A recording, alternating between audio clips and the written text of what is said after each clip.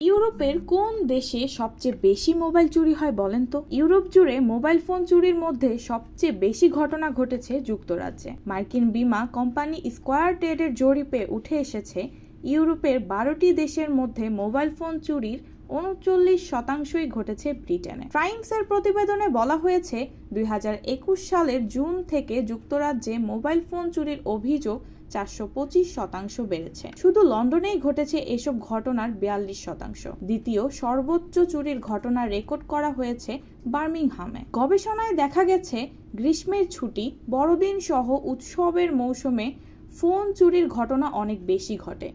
বিশেষ করে পর্যটক, উৎসব উদযাপনের ব্যস্ত মানুষ ও মৌসুমি কেনাকাটায় অংশ নেওয়া জনগোষ্ঠী এসব অপরাধের শিকার হচ্ছেন বেশি। এই তথ্য মিলছে ইংল্যান্ড এবং ওয়েলসের সরকারি অপরাধ পরিসংখ্যানের সঙ্গে। 2024 সালের ডিসেম্বর পর্যন্ত পকেটমারি এবং অনুরূপ অপরাধ বেড়েছে 50%, যার মধ্যে মোবাইল ফোন চুরি সবচেয়ে বেশি। ওই সময় পর্যন্ত প্রায় 4,83,000 চুরির অভিযোগ রেকর্ড করা হয়েছে। এ বছরের শুরুতে কম্পেয়ার দ্য মার্কেট এর আরেকটি প্রতিবেদনে বলা হয়, 2024 সালে লন্ডনে 70,000-এরও বেশি ফোন চুরি হয়েছে। হিসেব অনুযায়ী প্রতি সপ্তাহে চুরি হচ্ছে গড়ে 1,349টি ফোন। এতে লন্ডনবাসীর আর্থিক ক্ষতির পরিমাণ প্রায় 70 মিলিয়ন পাউন্ডে পৌঁছাতে পারে। মেট্রোপলিটন পুলিশের তথ্য বলছে, লন্ডনে মোবাইল ফোন চুরির প্রায় 40%ই ঘটে ওয়েস্টমিনস্টার এবং